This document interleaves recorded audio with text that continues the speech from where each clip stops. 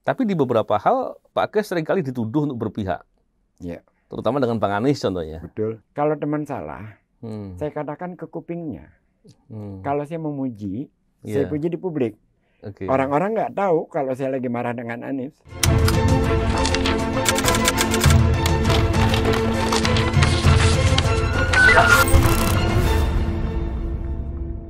Bismillahirrahmanirrahim. Assalamualaikum warahmatullahi wabarakatuh. Salam sejahtera untuk kita semua. Salam integritas anti korupsi. Hari ini saya berkesempatan berbincang dengan Pak Ges Khalifah. Tentunya kita semua banyak orang yang sudah tahu, mendengar bagaimana beliau adalah yang banyak berbicara lantang, vokal di media sosial. Tapi tentunya kita juga ingin tahu dong, tentunya beliau juga punya banyak cerita soal pengalaman akademis, pendidikan, tentu punya banyak prestasi juga. Kita lihat bagaimana pengalaman menjadi aktivis, menjadi pejuang, dan lain-lain. Dan saya pikir berbicara soal kebenaran itu seringkali orang menjadi khawatir atau takut. Nah, kita pada kesempatan ini banyak menggali cerita dari beliau sebagai senior. Tentunya semoga bisa bermanfaat untuk kita. Insya Allah. Saya sapa dulu Pak Ges Khalifah. Apa kabar, Pak Baik, Ges? alhamdulillah. Sehat Terima ya, kasih alhamdulillah. banyak udah diundang di forum yang bikin saya grogi ini. Karena berhadapannya dengan orang yang luar biasa, Masya Nggak Allah. ada, Masya Allah. Saya belajar sama Pak Ges hari ini. Pak Ges, bagaimana kalau bercerita terlebih dahulu tentang hal Pak Ges selama ini, mulai dari barangkali pendidikan, terus pengalaman-pengalaman, dan hal-hal yang semoga bisa dijadikan keteladanan atau inspirasi lah, paling tidak buat anak muda. Iya, iya, iya. Latar belakang ya. Ya, Pak Ges. Ya, saya lahir di Jakarta, kebetulan di Poncol Senen, Oke. Suprapto. Kalau di masa lalu itu daerah disebut nerakanya Jakarta. Oh, kenapa gitu?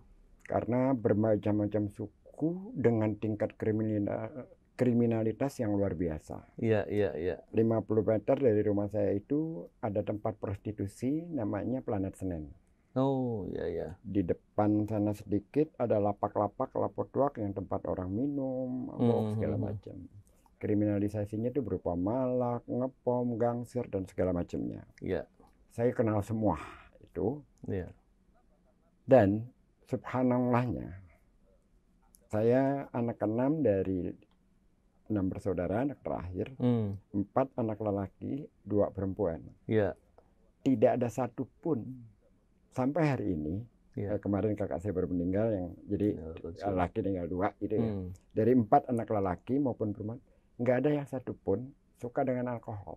Oh, iya, iya, iya. Itu semata-mata bukan, menurut saya, bukan karena kita beriman, tapi doanya ibu saya yang terkabul di tengah suasana kayak gitu. Iya, iya, iya. Jadi saya mengalami, melihat secara langsung, berinteraksi dengan situasi yang seperti itu dari masih kecil. Iya. Gitu. Yang kedua, terus saya kan sekolah SD, SMP, SMA seperti biasalah di Jakarta dengan segala macam kenakalan gitu. Yang kenakalan-kenakalan yang saya ikuti adalah ngebut-ngebutan naik motor. Iya, iya, iya. Terus waktu masih muda lah ya. Muda. Naik gunung nginep nggak pakai ngomong. Padahal jalurnya itu terjal dan berbahaya karena saya bukan lewat jalur umum tapi jalur yang jarang dilewati seperti Gunung Gede, turunnya Sukabumi, dan itu cuma berdua. Itu. Kalau saya bayangkan anak saya melakukan itu, saya khawatir lah. Nah, terus begitu masuk kuliah, saya ikut training himpunan mahasiswa Islam. Di situ semuanya berubah. Pola pikir, pola pandang, perilaku, cara melihat negara berubah semua. Kenapa bisa berubah? Ada wawasan baru yang kita dapatkan di training himpunan mahasiswa Islam itu. Setelah itu kita aktif melakukan diskusi. Pada saat itu mentor-mentornya itu Bang Gogon, Abdul Qadir Jilani, Tony Ardi, Erlangga, termasuk Yusril, Terus kemudian keliling ke Dawam Raharjo, ke Bang Fahri Ali, Adi Sasono, terus lama kemudian ikut dengan Cak Nur di gedung utama. Nah, terus pemikiran-pemikiran berubah. setelah tamat SMA masuk ke fase kuliah tingkat 1, masuk tingkat 2 sudah beda lah. Iya. Berubahnya gimana nih? Berubah menjadi seperti apa dong? Berubahnya pertama menjadi sangat kritis terhadap situasi. Iya. Terus pemahaman keislaman, semangat keislaman lebih bergelora. Kalau tadinya ya sekedar sholat, menjalankan ritual. Kemudian menjadi punya sikap terhadap keadilan. Iya. Jadi kita jadi paham gitu bahwa keadilan itu adalah hal yang utama dalam hidup. Iya. Jadi wawasan-wawasan seperti itu. Iya. Nah, terus mulai bergejolak melihat ketidakbenaran itu, ya bawaannya mau ngelawan aja. Iya. Terus aktif didorong oleh teman-teman untuk menjadi ketua senat mahasiswa FISIP. Iya. Gitu. Oh, FISIP ya dulu FISIP, ya? Saya FISIP didorong untuk jadi ketua umum senat, tapi saya menolak. Saya bilang tolong yang lain saja. Iya. Karena waktu itu ada 2 yang diinikan. Nah, saya lebih memilih ketua masjid kampus. Oh, oke. Ketua masjid kampus. Ya, begitulah sebagai mahasiswa, terus seringkali demo karena saat itu kan jilbab dilarang.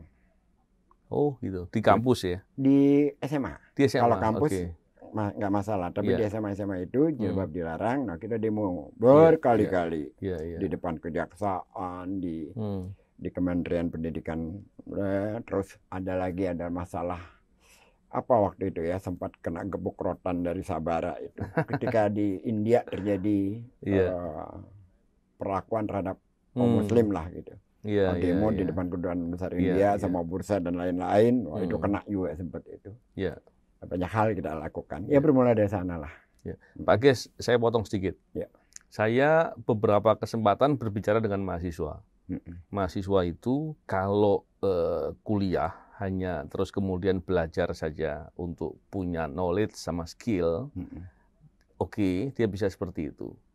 Tapi kan tingkat untuk mencapai suatu kesuksesan, itu kan cuma persentasinya kecil. 15%. 15%. Ada faktor lebih kuat lagi apa itu? Selain kita bilang akhlak ya, atau karakter ya. Dan itu dibangunnya itu dengan organisasi lebih banyaknya. Betul. Contohnya ketika berorganisasi itu kan bisa peduli. Bisa peduli dengan memperkuat peduli, empati, sifat-sifat peduli dan empati. Akhirnya kita bisa tahu permasalahan. Betul. Ketika tahu permasalahan, kita sebagai akademisi atau pelajar punya teori-teori, punya pengetahuan, bisa kita gunakan untuk menyelesaikan permasalahan. Kira-kira tepat nggak saya bilang begitu? Dan pengalaman Pak Ges gimana? Sangat betul. Jadi kita itu melatih diri itu bukan dari pelajaran yang kita dapat sebenarnya melalui mata kuliah. Itu hanya 15%. 85%-nya itu ya berlatih di organisasi, berlatih kerjasama, plus dimarahi oleh para mentor. Jadi paling tidak yang saya alamin gini ya. Kalau saya menulis sesuatu, terus selalu waktu itu dikoreksi oleh Bang Fahri Ali. Nah, Bang Fahri itu kalau mengkoreksi itu kalimatnya begini, kau baca buku tidak? Itu. Yang kedua, mentor kita itu Mas Dawam Raharjo. Ya juga sama pedesnya itu. Tulisan kau sampah. Kita ngulang lagi. Tapi dengan itu kita melatih diri untuk menjadi lebih baik, lebih baik. Dan kompetisinya itu bukan adu nyali sekedar teriak-teriakan di jalanan. Tapi bagaimana tulisan kita bisa masuk ke Kompas. Luar biasa ya. Jadi ada kompetisi di antara aktivis kampus di masa itu untuk bergulat dalam pikiran-pikiran yang pikiran itu teraktualkan lewat tulisan. Menarik. Itu seniornya mandu ya? Diarahkan ya? Diarahkan. Nah, tapi senior kita cari sendiri, bukan datang. Jadi mereka kan punya kelompok-kelompok diskusi. Kita datang ke sana, kita ajak diskusi. Nanti tiap minggu kita bawelin lah, kita kasih tema macam-macam. Sambil dimarahin terus. Memang pemikiran itu kalau kemudian hanya di dalam pemikiran kita sendiri, akhirnya kita nggak maju-maju. Kita akhirnya tidak ada koreksi.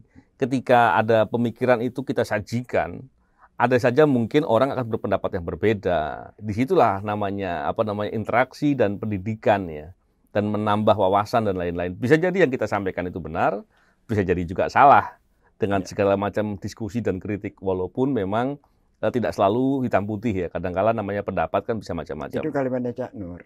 Cak Nur katakan begini. Waktu itu disalahpahami oleh banyak orang. Iya. Tapi saya dengar ceramahnya itu. Al-Quran itu mutlak. Ketika kita menafsirkan Quran, penafsiran kita itu terbatas oleh lingkup pikiran kita, pendidikan kita, sosial budaya kita. Iya. Maka tafsir kita itu tidak mutlak. Orang lain bisa benar, kita bisa salah. Atau kita bisa benar, orang lain bisa salah. Iya. Disitulah ada pergumulan pemikiran. Iya. Yang namanya ulama itu tidak mutlak benar. Karena ulama itu dari kata alim itu ilmu pengetahuan. Iya. Jadi Cak Nur mengajarkan itu pada kemudian tapi disalah tafsirkan.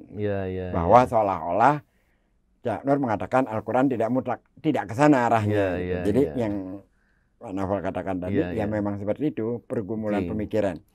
Kalau kita tarik ke masa anak-anak muda, terutama anak kuliah nih, mengungkapkan pemikiran itu kan hal yang penting dong. Betul. Kalau kemudian pemikiran itu nggak pernah kita sajikan, nggak pernah kita diskusikan, kita akhirnya hanya punya pemahaman yang sempit atau tidak mungkin luas.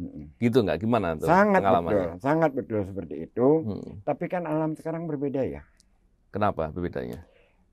Dengan adanya media sosial itu orang menulis singkat. Oke, lewat betul, media-media betul. online yang akurasinya mungkin bisa dipertanyakan. Gini, mereka kan terlibat dengan percepatan media, berita. Tetapi validitasnya kan belum tentu. Betul. Nah itu menyaring informasi dari sekian banyak dan terus-menerus itu agak sulit. Betul. Jangankan teman-teman, kita sendiri kadang terjebak.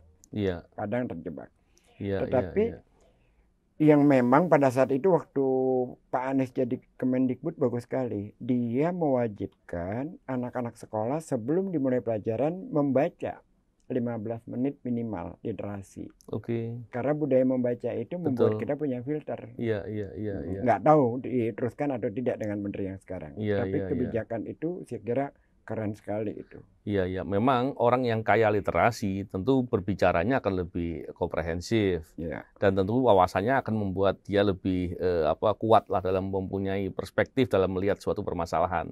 Dan tidak hanya dari satu sudut pandang. Bisa dengan perspektif yang berbeda-beda. Yang paling penting begini Pak Naufal ya. Ketika melihat masalah, kita mampu membuat jarak. Tapi kalau kita ada di dalam situ, gimana tuh? Membuat jarak tuh gimana maksudnya itu? Jadi kita membuat jarak dengan masalah itu agar kita bisa berpikirnya dari berbagai sudut pandang. Jangan kita masuk di dalam sana. Jangan belum berpihak gitu ya. Jadi kalau kita membuat jarak, insya Allah kita bisa lebih adil dalam menilai sesuatu. Tapi memang kalau kita lihat sekarang kan problematika di media sosial, kita lihat bahwa bicaranya di forum yang pendek.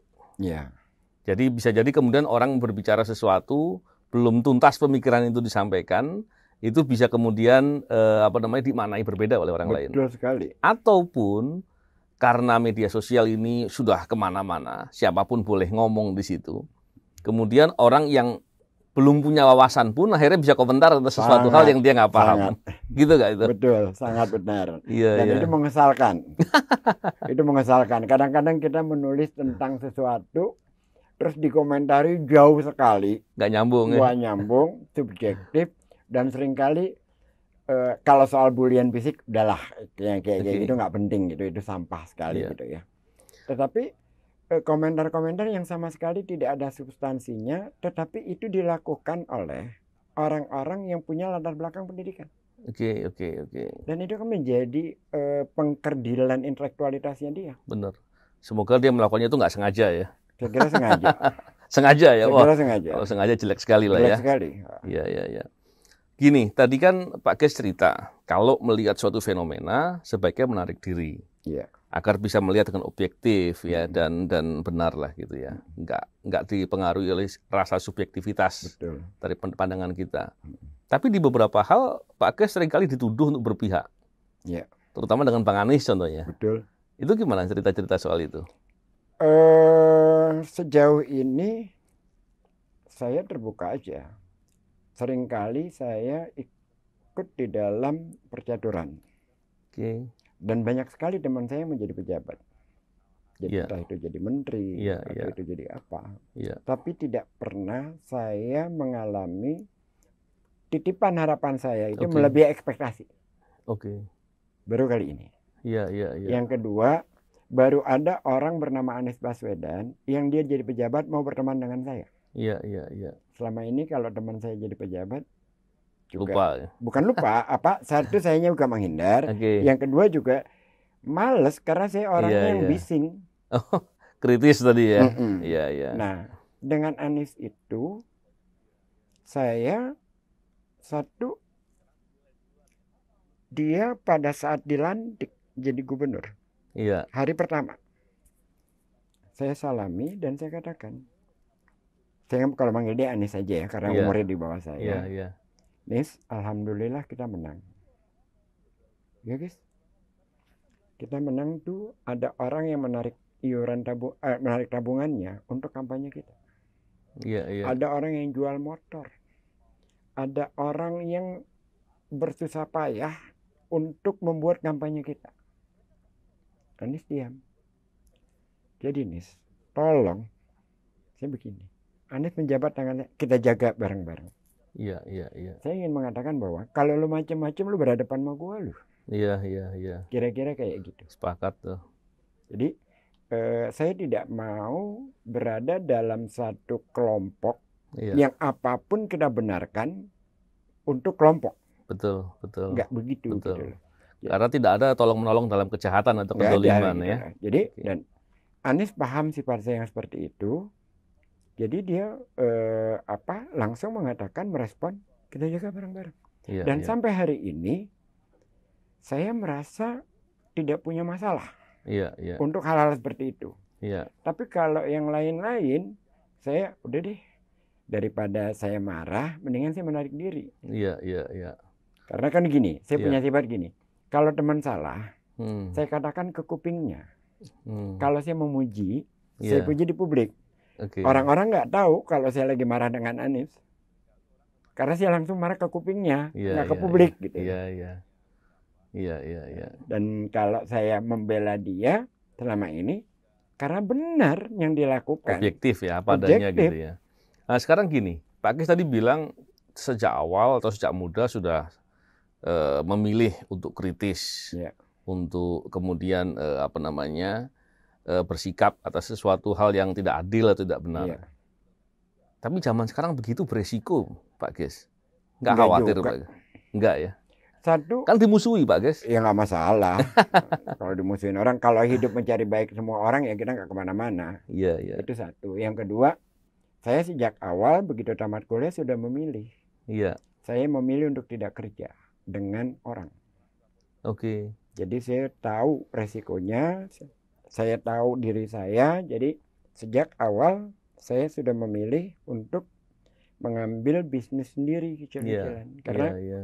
tipikal saya itu sulit nanti bisa diterima orang banyak di dalam satu tempat yang saya bekerja pada orang lain. Iya, iya, iya. Jadi ya udah saya memilih merdeka saja. Iya, iya, iya. Walaupun ya namanya bisnis kan apalagi jatuh bangun. Betul, Tapi saya betul. merasa punya keleluasaan di dalam hal itu dan Iya.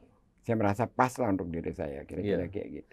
Pak Ges, kan tadi yang disampaikan bahwa ketika peduli itu untuk menegakkan keadilan, untuk kritis,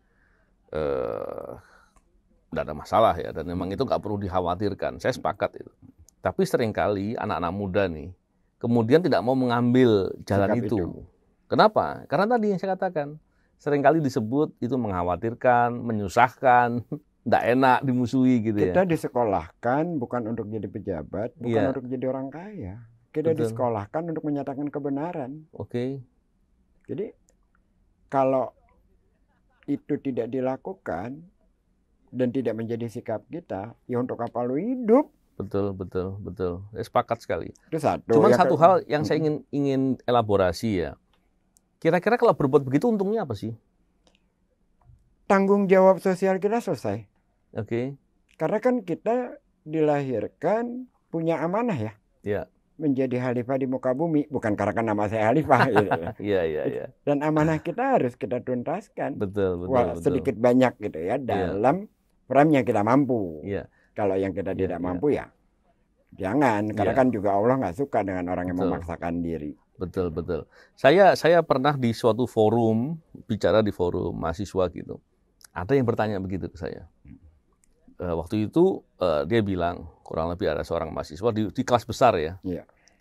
Saya nggak lupa waktu itu namanya siapa. Dia bilang begini, oke, saya akan peduli, saya akan mau memilih untuk memperjuangkan kebenaran, keadilan. Terus untung buat saya apa? Saya waktu itu bingung, kok pertanyaannya gitu ya? Saya jawab sama dia.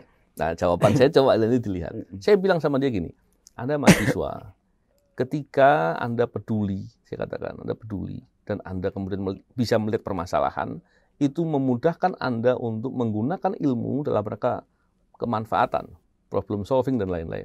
Dan itu akan membuat Anda punya kesempatan untuk kreatif, untuk bikin inovasi, dan itu salah satu cara sukses. Betul. Yang pertama itu. Yang kedua, pahamilah bahwa ketika kita peduli untuk kepentingan orang lain, untuk memperjuangkan kebenaran, untuk memperjuangkan mendukung suatu keadilan, tercapainya keadilan, dan kemudian untuk bisa kritis atas sesuatu hal ya, kritis yang produktif ya. Betul. Tentunya, bukan kritis yang ngawur. Bukan yang asal nyinyir. Bukan asal nyinyir. Saya katakan, hampir bisa dipastikan Anda akan dapat kesusahan. Tapi jangan khawatir. Coba dilihat, atlet saja di training center itu, dia pasti susah. Kalau nggak susah, nggak berprestasi. Betul. Ketika dia susah, dia ditempa. Bahkan saya katakan, besi, kalau yang kuat itu harus dibakar dan dipukul. Biar dia kuat. Kalau yang cuma biasa saja, biasanya lembek besinya. Jadi kesusahan yang diambil karena memperjuangkan itu, pada dasarnya sedang mendidik karakter diri. Saya katakan seperti itu. Mungkin dia belum berpikir ya. Iya. Semoga setelah jawaban saya itu, dia berpikir. Nah, pengalaman Pak Ges terkait dengan hal itu bisa nggak dielaborasi ceritanya seperti apa?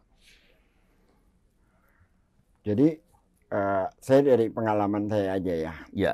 Kaitan dengan itu,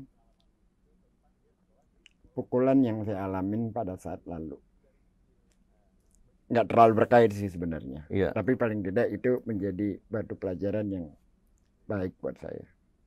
Sesungguhnya ketika kita berhadapan dengan kesempatan atau apa, itu musuh terbesar kita itu bukan orang memberikan sesuatu. Oke. Tapi musuh terbesarnya adalah diri kita sendiri. Saya di tahun 90-an awal-awal bisnis. Awal-awal bisnis, saya kontrakan rumah habis. Lalu ada mobil mereknya Verosa baru keluar. Saya punya mobil, saya beli sendiri, itu Kijang bak pick up yang dempulannya di mana-mana. Ingin menunjukkan kepada ibu saya bahwa ini anakmu bisa beli mobil baru. Maka saya hitung-hitung, ini buat kontrak rumah, ini buat beli mobil sambil cicilan untuk menunjukkan pada ibu. Apa yang terjadi? Saya tertipu dengan nilai berkali-kali dari yang saya miliki. Belakangan saya mikir, kok saya bisa ya ketipu? Kok bisa ya saya tidak hati-hati? Ternyata ambisi saya itu yang membuat saya tertipu. Oke, ya. Kalau ambisi saya tidak berlebihan, insya Allah saya akan lebih berhati-hati menghadapi orang itu. Ya. Saya kira banyak hal lagi kita, atau dalam konteks korupsi misalkan, karena kita hidup terlalu banyak keinginan, yang membuat kita jadi lengah menutup diri kita dari hal-hal semacam itu. Iya. Tapi kalau pola pikirnya dibuat sederhana, saya kira nggak terjadi gitu. Nah, dalam kaitan jatuh bangun itu, yang saya alamin adalah itu. Dan alhamdulillah setelah saya ketipu itu, saya jauh lebih sukses. Oke. Punya pengalamannya. Berdasarkan pengalaman, jauh lebih sukses dalam ukuran saya. Iya. lebih berhati-hati, tapi harus segera bangkit. Kalau kagak saya tidak bisa bayar hutang, jadi kerja lebih keras, lebih apa segala macam, dan alhamdulillah bisa beli rumah, bisa beli macam-macam, anak-anak bisa lebih stabil gitu. Jadi di kenyataan itu memang lebih tantangannya jauh lebih besar. Nah kita memang harus berani menghadapi itu. Tapi kalau kita kena sekali terus lunglai, selesai. Saya ingin memaknai sedikit dari yang ceritakan tadi terakhir, bahwa dalam perspektif kita seharusnya melihat suatu kejadian apapun terhadap diri kita itu jangan hanya melihat baik atau buruknya saja. Contohnya tadi yang ceritakan Pak Ges, dapat keburukan ditipu.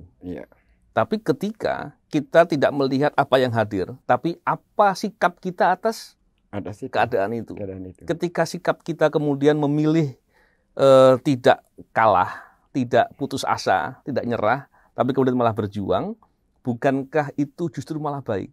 Lebih baik. Artinya, di sini saya ingin cerita sedikit nih Pak Ges. Artinya, kita harusnya tidak risau dengan keadaan yang hadir kepada kita, tentunya Allah sudah tetapkan itu. Betul. Tapi yang kita harus pikirkan adalah apa respon kita dengan keadaan itu. Terhadap kenyataan itu. Itu menarik itu Pak Ges. Betul begitu nggak Pak Ges? Sangat betul, sangat betul. Jadi respon kita itu kepada keadaan itu yang akan membuat bagaimana langkah kita ke depan.